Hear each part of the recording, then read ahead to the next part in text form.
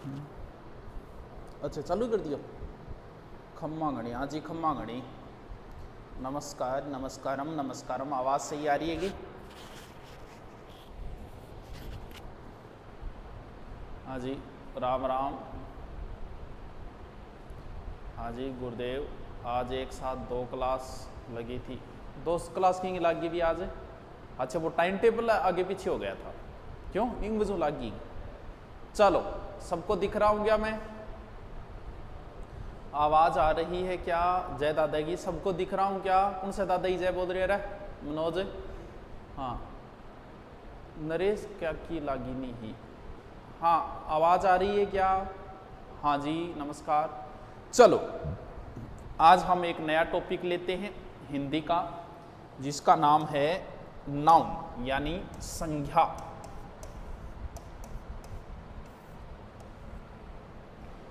हिंदी का ये शब्द विचार का टॉपिक है और एग्जाम के अंदर सबसे ज़्यादा जो क्वेश्चन आते हैं वो संज्ञा, सर्वनाम, विशेषण, क्रिया, कारक, इन टॉपिकों से सबसे ज़्यादा प्रश्न आते हैं, क्योंकि ये टॉपिक जल्दी से समझ में नहीं आ पाते। हिंदी के अंदर शब्द होते हैं विकारी और एक होते हैं अविकारी शब्द। तो कई बार ऐसे भी पूछ लेते हैं निम्न में से अविकारी है। देखो संज्ञा, सर्वनाम, विशेषण और क्रिया, ये विकारी शब्द है। और ऑप्शन मिलता है आपको अव्यय। अव्यय जो है वो अविकारी शब्द में आते हैं। सर विकारी का मतलब क्या है? विकारी का मतलब होते हैं ऐसे शब्द जिनमें विकार आ जाता है, समय, दिशा, काल आदि के अनुसार वो बदल जाते हैं। कुछ ऐसे होते हैं जो बदलते हैं नहीं, अपनी बात पे अड़े रहते हैं। जैसे मैं बात करूं बालक, बालक एक संज्ञा शब्द है, सब जानते हो आप। अब मान लो बालक जो है वो शब्द बालिका में भी तो बदलेगा, तो फिर बदल नहीं गया क्या ये शब्द? मान लो बहुत सारे बालक हैं तो हम क्या बोलेंगे? बालको। तो क्या बालक शब्द अपनी परिस्थिति के अनुसार, लिंग वचन कारक के अनुसार क्या बदला नहीं क्या? हाँ गुरुजी, कहीं बालक हो गया, कहीं बालको हो गया, कहीं बालिकाएं हो गया। तो ये होते हैं विकार, यानी जो शब्द बदलता है। कुछ शब्दों से रहते हैं जो बदलते ही नहीं, अपने अनुसार टिके रहते हैं, तो वो होते हैं अविकारी शब्द। तो का तो ही रहता है। तो इस हिसाब से वे शब्द जिनमें परिवर्तन आता है वो विकारी शब्द कहलाते हैं। तो यहां से भी प्रश्न आ चुका है, निम्न में से विकारी शब्द है संज्ञा, सर्वनाम, विशेषण, क्रिया, ये है विकारी शब्द। तो सबसे पहले हम पढ़ेंगे इनमें से कौन सा? संज्ञा। तो आप हेडिंग डालो शब्द विचार, साथ साथ में लिखते ही जाओ। हेडिंग डालो शब्द विचार, लिखो शब्द विचार में लिखो, कमेंट दिखाओ भी। विकारी शब्द, हेडिंग डालो विकारी शब्द, विकारी शब्द। और विकारी शब्द के आगे लिखो संज्ञा, सर्वनाम, विशेषण व क्रिया विकारी शब्द में आते हैं। संज्ञा, सर्वनाम, विशेषण, क्रिया, ये किस में आते हैं? विकारी शब्दों में। लिख लिया? अब साथ साथ में लिखवा रहा हूं मैं। अब हम सबसे पहले जो टॉपिक पढ़ेंगे वो संज्ञा है। इस टॉपिक को आप समझ लेना। क्यों? क्योंकि प्रश्न क्या आएगा?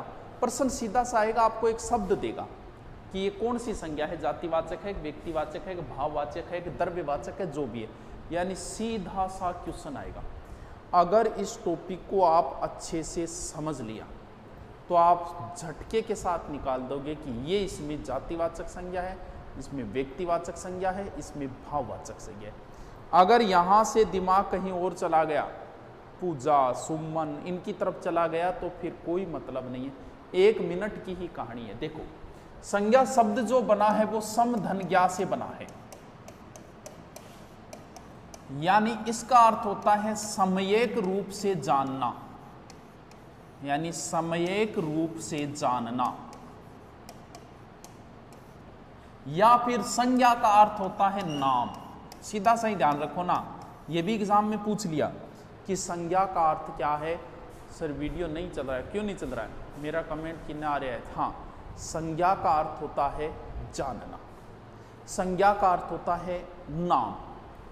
तो नाम से ही पकड़ लो ना आप। क्या इस दुनिया में कोई भी ऐसी चीज है जिसका नाम नहीं है? बताओ, है क्या कोई ऐसी चीज? बताओगे कैसे? जब उसका नाम ही नहीं है तो बताओगे कहां से? क्योंकि इस दुनिया में ऐसी कोई चीज नहीं है जिसका नाम न हो। तुम्हारा भी नाम है, मेरा भी नाम है, जिस चीज कोई आगे आएगी उसका भी नाम। काल ने थे थारे टाबर जाम होगा तो बिंगो भी थाने नाम राखनो पड़ेगो। यानी इस दुनिया, अगर मैं इस दुनिया से संज्ञा को हटा दूं तो फिर आपको चुप रहना पड़ेगा। बोलो ही क्या? सब संज्ञा, आप अपने कमरे में बैठे हो, आपके कमरे में ऊपर पंखा चल रहा है, वो एक संज्ञा है। आप जिस टेबल पे बैठे हो वो एक संज्ञा है। आपने हाथ में पेन ले रखा है वो एक संज्ञा है। आपने किताब ले रखी है वो एक संज्ञा है। अब आपको तो सिर्फ निकालना है कि पंखा कौन सी संज्ञा है, कलम कौन सी संज्ञा, आपका जो नाम है वो कौन सी संज्ञा है, किताब कौन सी संज्ञा है। यानी इस दुनिया में जिस भी चीज का नाम है वही संज्ञा है। समझ गया बात ने? देखो, अब संज्ञा के 3 प्रकार बताए गए। अब संज्ञा के बहुत सारे नाम हो गए तो उन्हें कई बार बोल देते हैं महानाम। ठीक है, मैं नया पेज ले लेता हूं। यानी संज्ञा तो मुख्यतः संज्ञा के 3 भेद है। मैं तीनों यही लिख देता हूं, आपको बढ़िया तरीके से समझ में आए। पहली संज्ञा है व्यक्तिवाचक,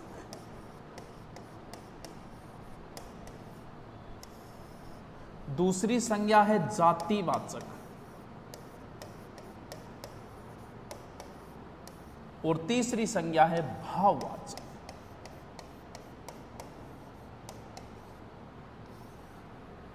जातिवाचक संज्ञा के 2 प्रकार है दोस्तों। एक का नाम है द्रव्यवाचक और दूसरे का नाम है समूहवाचक।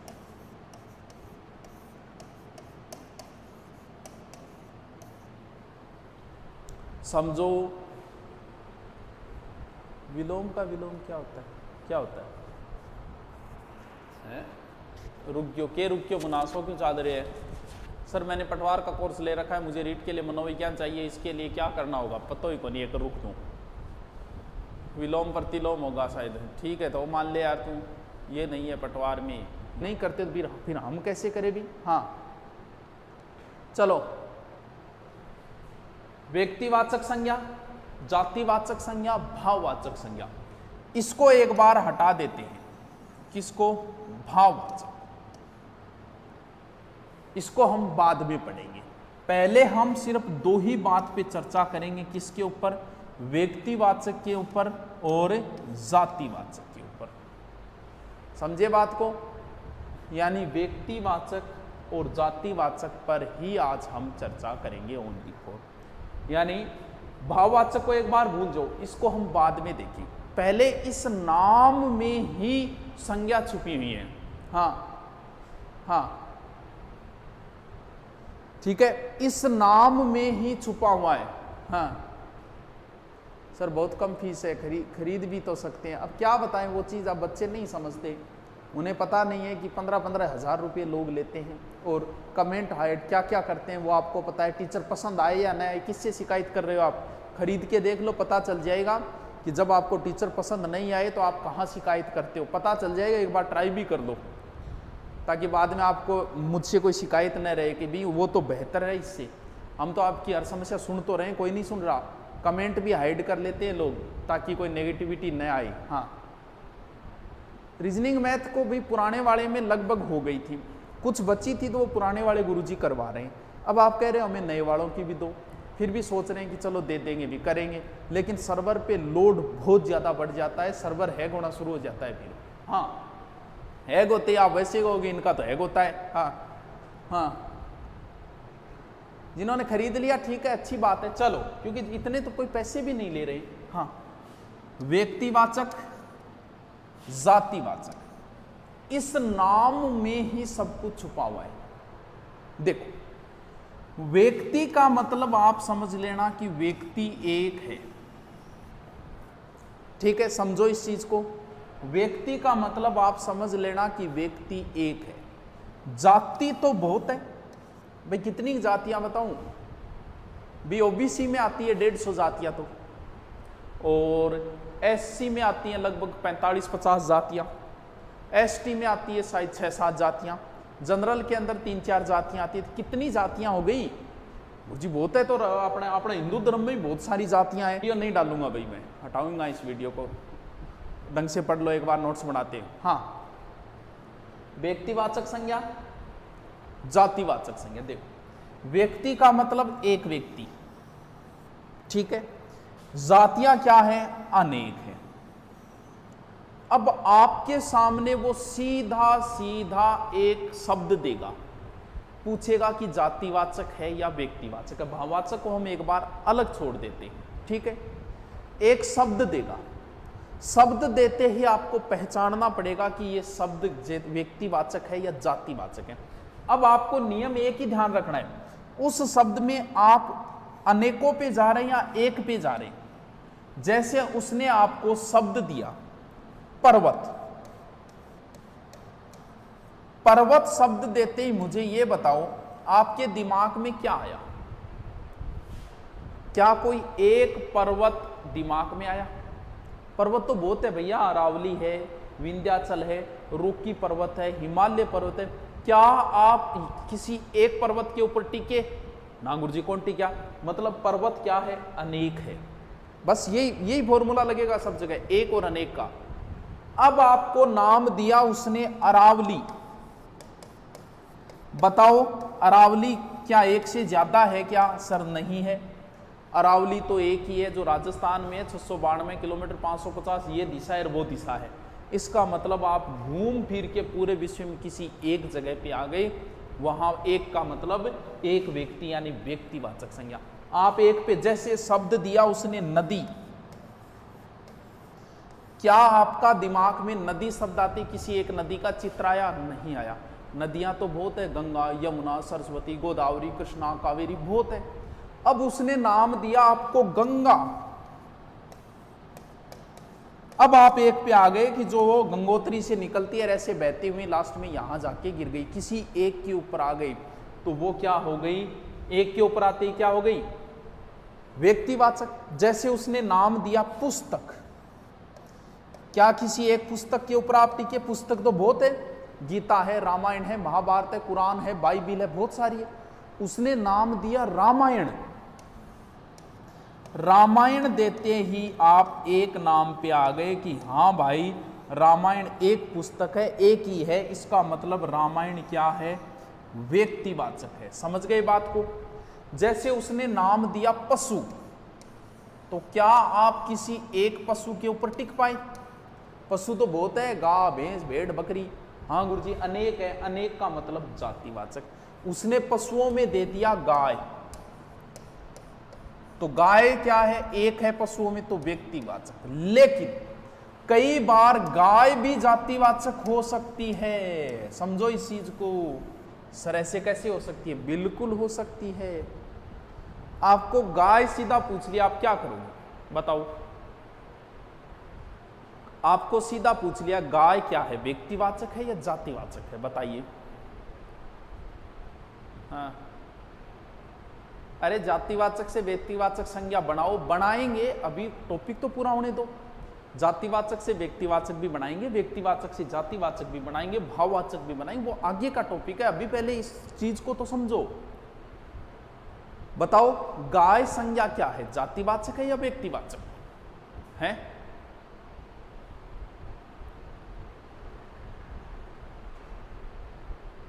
अब आपको कुछ जगह जैसे फल, फल क्या है? अनेक फल आ गए, आम, केला, पपीता, इसका मतलब जातिवाचक है।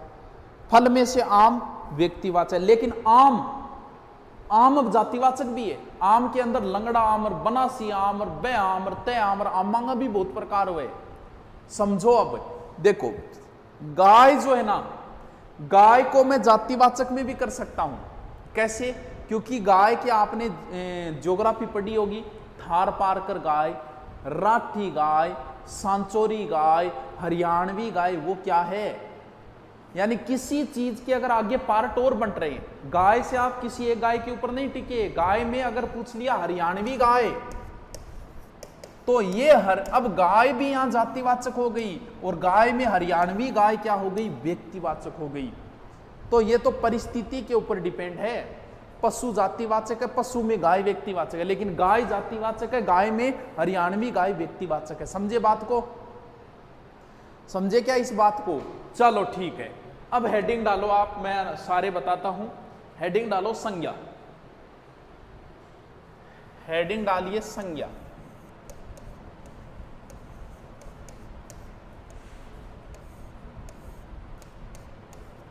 डालिए संज्ञा। लिखो, संज्ञा का अर्थ है सम्यक रूप से जानना।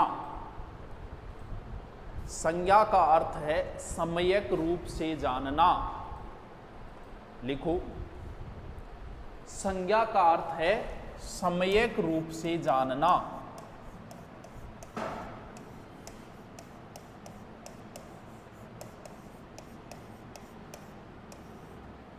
लिखो, संज्ञा का अर्थ होता है नाम। यह प्रश्न भी पूछा जा चुका है। लिखो, संज्ञा का अर्थ है नाम। अभी सिर्फ हम व्यक्तिवाचक संज्ञा पढ़ रहे हैं, फिर जातिवाचक पढ़ेंगे। हाँ, संज्ञा का अर्थ है नाम। नाम अगर अनेक हो जाए तो उसे महानाम कहा जाता है। लिखो, फिर तो सर हिमालय पर्वत भी दोनों हुआ ना। हिमालय पर्वत दोनों कैसे का? हिमालय तो एक ही है। हिमालय तो इस दुनिया में एक ही है। तो हिमालय पर्वत बता, दो थोड़ी है, अनेक थोड़ी है। हिमालय पर्वत नहीं है, हिमालय पर्वत तो एक ही है। तो वो तो व्यक्तिवाचक ही होगा। लिखो, नाम, आप अगर एक और अनेक का फॉर्मूला समझ गए तो ये चीज समझ में आ गई, वरना नहीं आएगी। नाम अनेक हो तो उसे महानाम कहा जाता है। अब देखो, आपको एग्जाम में क्या करना है। संज्ञा के 3 प्रकार हैं, लेकिन कुछ विद्वान इंग्लिश के अनुसार 5 प्रकार बता देते, क्योंकि द्रव्यवाचक और समूहवाचक को अलग कर देते। तो वैसे तो एग्जाम में आए, हिंदी में तो 3 ही है, लेकिन कुछ विद्वान इंग्लिश के अनुसार हमारे यहां भी 5 संज्ञा कर देते हैं। तो गलत बात वो भी नहीं है। लिखो, संज्ञा के मुख्यतः 3 भेद हैं। लिखो, संज्ञा के 3 भेद हैं। संज्ञा के 3 भेद हैं।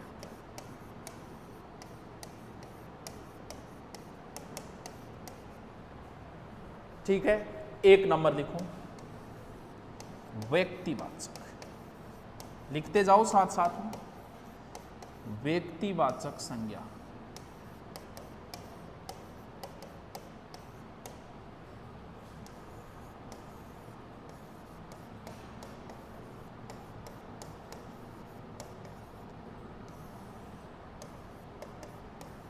जातिवाचक संज्ञा। जातिवाचक संज्ञा के आगे ऐसे 2 पार्ट लगा देना। समझ गए क्या? जातिवाचक के आगे ऐसे 2 पार्ट लगा देना, और पार्ट लगा के आप लिख देना क्या? द्रव्यवाचक। द्रव्यवाचक लिखना है, द्रव्य मत लिख देना, द्रव्यवाचक। और समूह है या समुदायवाचक। समूह है वाचक। ठीक है। और तीसरा प्रकार हो जाएगा आपका भाववाचक। भाववाचक संज्ञा। लिख लिया? सर विकेट परिस्थिति पटवार और रेट कैसे होगा? बस सरकार की टेंशन आपनी को नहीं। हाँ, जिनके नहीं है वो मत पढ़ो, आप अपना सिलेबस देखो। मैं सबके लिए दे रहा हूं, क्योंकि आप एसआई का पेपर भी दोगे, एलडीसी का भी दोगे, इसलिए मैंने सब में हिंदी कर दी है। हिंदी सब टॉपिक दूंगा, भले आपके लगो या न लगो। अब आप छांट लेना कि आपके लगता है नहीं। इतना कष्ट तो आप भी कर सकते हो कि आपके टॉपिक, आपके पास कोई गाइड तो है, उसमें देख लो कि जिसकी आप तैयारी कर रहे हो उसमें संज्ञा है तो पढ़ लो, नहीं है तो मत पढ़ो। ठीक है? हाँ हाँ, अरे पढ़ ले तू उपाध्याय। संज्ञा के 3 भेद है। हाँ, राजस्थान ज्योग्राफी पुराने वाले में दे देंगे, दे रहे हैं ना? हेलो, राजस्थान ज्योग्राफी पुराने में भी जोड़ रहे हैं? बिल्कुल जोड़ रहे हैं। राजस्थान ज्योग्राफी उनकी भी जोड़ेंगे, जब मैं पढ़ाऊंगा तब मेरी भी जोड़ेंगे। ठीक है, अब पढ़ लो। हाँ, जातिवाचक संज्ञा लिख लिया और भाववाचक। अब हेडिंग डालो 1 नंबर व्यक्तिवाचक संज्ञा। व्यक्तिवाचक संज्ञा।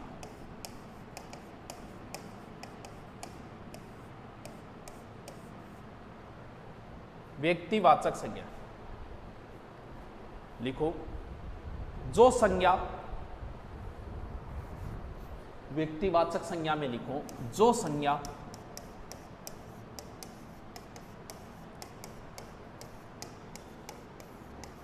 एक ही पदार्थ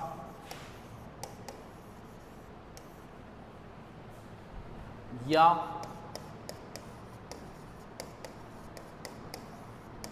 पदार्थों के समूह का बोध कराए। समूह का बोध कराए। अभी बहुत बाकी है, आपको आगे पूरा क्लियर कर दूंगा मैं, अभी बहुत बाकी है। अभी तो सिर्फ मैंने एक चीज ही बताई है, जातिवाचक बाकी है, फिर इनका विभेद करेंगे दोनों का, फिर जातिवाचक से व्यक्तिवाचक बदले, बहुत लंबा टाइम लगेगा। अभी सिर्फ इतना ही लिखो। अब लिखो एग्जाम्पल। व्यक्तिवाचक संज्ञा में लिखो, जो संज्ञा एक ही पदार्थ या पदार्थ के समूह को बोध कराए। हाँ, इंग्लिश का सिलेबस सोनिका बिश्नोई जो बचा हुआ है वो रिक्वेस्ट मैंने भेज दी है, 5-7 टॉपिक बचे हुए वो ही गुरुजी करवा देंगे। बिल्कुल मैंने भेज दिया, आपकी बात सही है। चलो लिखो, 1 नंबर लिखो, व्यक्तिवाचक में कौन कौन से आएंगे। 1 नंबर लिखो, व्यक्तियों के नाम। व्यक्तियों के नाम, 1-2 नाम लिख दो, राम, श्याम, एक थाली गर्लफ्रेंड को नाम लिख दो, पूजा, वेजू, जो भी लिखना है लिख दो। नंबर 2 लिखते जाओ साथ साथ में, नदियों के नाम। नदियों के नाम लिख दो, 1-2 नदियों के नाम, गंगा, यमुना, डॉट डॉट, जो भी नदी का आपको नाम याद है वो लिख दो। लिखो 3 नंबर, देशों के नाम।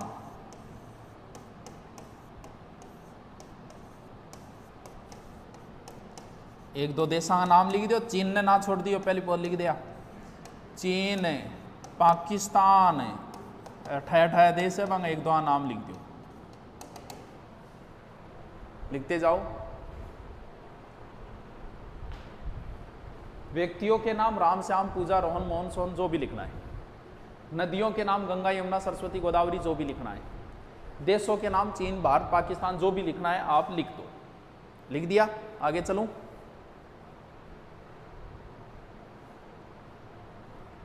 अरे तू रोहित है, तू पढ़ ले। हाँ, नेक्स्ट लिखो, 4 नंबर हो गया ना, ग्रंथों के नाम। ग्रंथों के नाम, रामायण, गीता, महाभारत, पुराण, जो भी लिखो आपकी मर्जी, बाइबिल, बुगिल, जो भी लिखो। दिशाओं के नाम व्यक्तिवाचक में आएगी भी।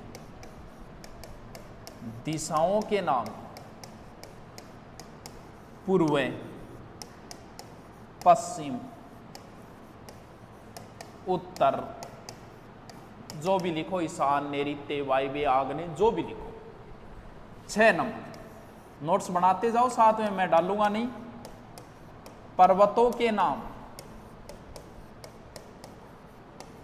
1-2 पर्वत लिख देना, अरावली, हिमालय, आपको जो भी याद हो वो लिख देना, ठीक है। दिनों के नाम,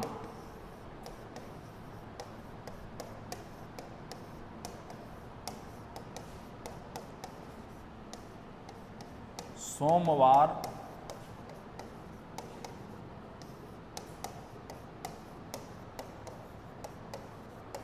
मंगलवार, डॉट डॉट डॉट जो भी लिखो, ठीक है। त्योहारों के नाम,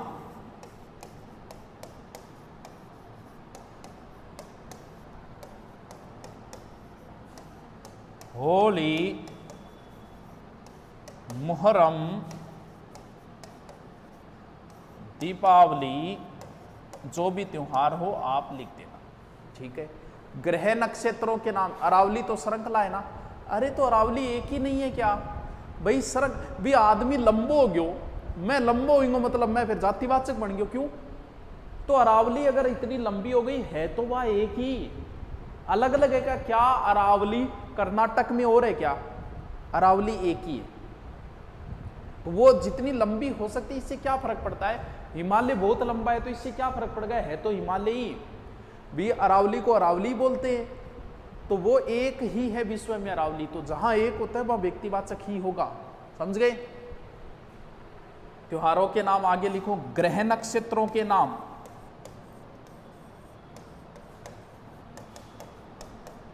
ग्रह नक्षत्रों के नाम, जैसे पृथ्वी ग्रह है, एक ही है दुनिया में, सूर्य एक ही है, चंद्रमा एक ही है,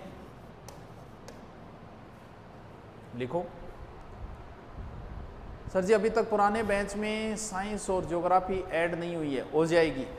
साइंस तो वैसे कंप्लीट थी, अब ऐड का ज्योग्राफी हो जाएगी। हाँ लिख दिया क्या? ग्रंथों के नाम, दिशाओं के नाम व्यक्तिवाचक में आएगी, पर्वतों के नाम व्यक्तिवाचक में आएगी, दिनों के नाम इसी में आएंगे, त्योहारों के नाम इसी में आएंगे, ग्रह नक्षत्रों के नाम भी इसी में आएंगे। 10 नंबर, महीनों के नाम,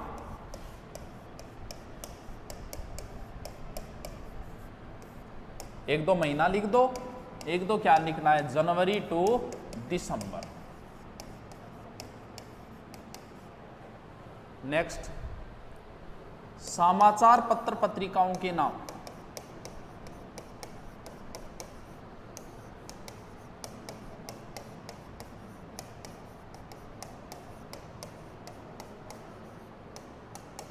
लिख दो, आपके पास जो भी आती है, राजस्थान पत्रिका, दैनिक भास्कर, एक पंजाब केसरी आता था पहले, देखने में बड़ा अच्छा लगता था, लिखो। युद्धों के नाम भी इसी में आएंगे, जैसे पानीपत तो दुनिया में एक ही है, हल्दीघाटी एक ही है, युद्धों के नाम पानीपत, तराइन, जो भी लिखो। स्थानों के नाम,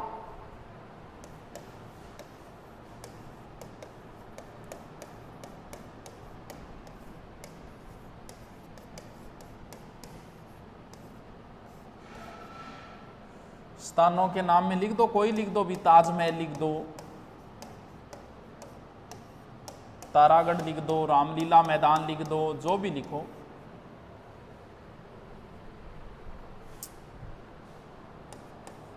जानवरों के नाम,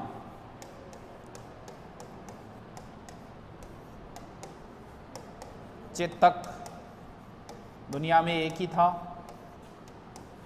एरावत इंद्र के हाथी का नाम था एरावत, और अवाई एमू के हाथी का नाम था, तो ये स्पेशल हो गई।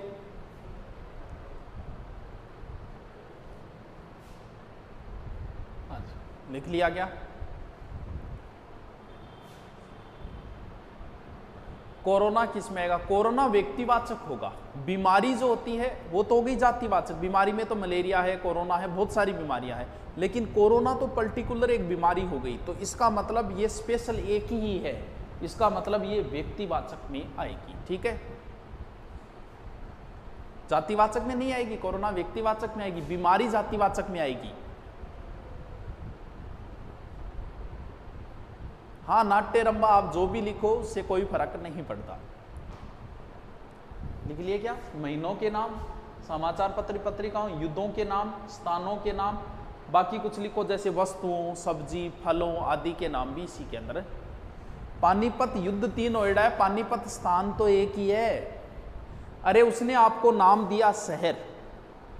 समझो बात, एक और अनेक की माइंड में रखो ना। आपको उसने नाम दिया शहर। शहर दिमाग में आते ही क्या आपको किसी एक शहर का नाम दिमाग में आया?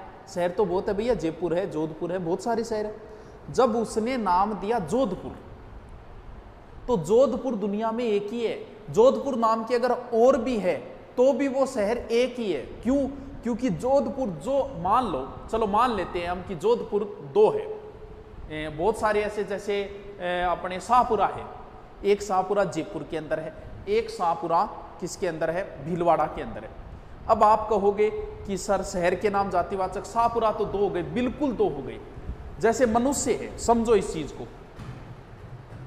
जैसे मैं आपसे पूछूं कि मनुष्य किस में आएगा, आप कहोगे सर मनुष्य में तो बहुत सारे मनुष्य होते हैं। जैसे उसने कहा क्लास में कोई बालक है, मान लो हम बैठे हुए हैं, गुरुजी पढ़ा रहे, गुरुजी ने कहा कि बच्चों बालक जातिवाचक में आएगा, ठीक है।